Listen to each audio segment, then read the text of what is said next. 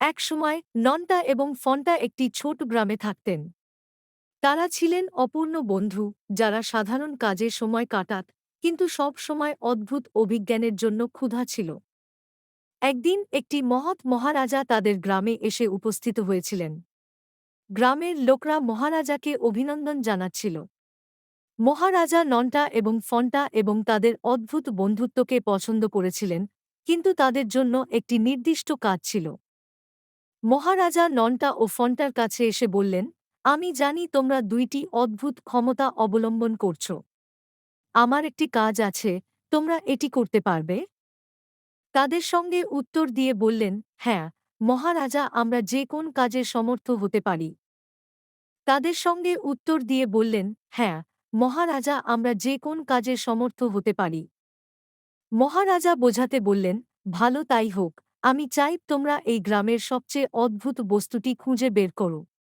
তোমরা যদি সেটি খুঁজতে পারো তাহলে তোমাদেরকে একটি বড় পুরস্কার দেওয়া হবে। নন্টা এবং ফন্টা উৎসুক হয়ে উঠলেন এবং এই চ্যালেঞ্জ গ্রহণ করতে রাজি হয়ে গেলেও তাদের কাছে কোনো ধারণা ছিল না যে তাদের কি অদ্ভুত জিনিসটি খুঁজতে হবে।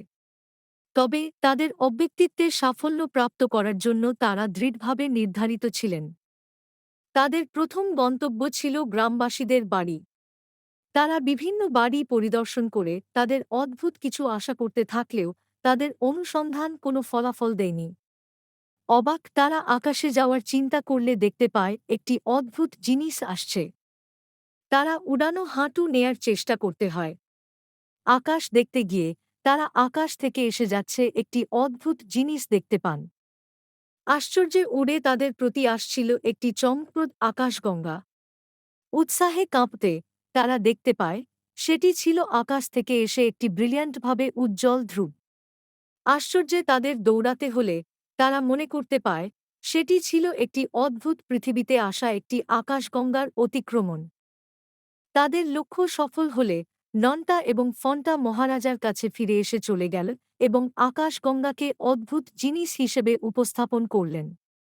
মহারাজা তাদের আবিষ্কারে আবারও আশ্চর্য হয়ে উঠলেন এবং তাদেরকে উদারভাবে পুরস্কার দেওয়া হল। শেষে নন্টা এবং ফন্টা প্রমাণ করতে পারলেন যে কখনই অদ্ভুত জিনিস সবচেয়ে অপ্রত্যাশিত স্থানেই পাওয়া যায়, আকাশের বিশাল একাধিকারে। তাদের বন্ধুত্ব এবং সংগঠনের ক্ষমতার সাথে তারা একটি সত্যিই অদ্ভুত প্রজান্তে পৌঁছিয়েছিল যা গ্রামে বছরের জন্য মনে থাকবে।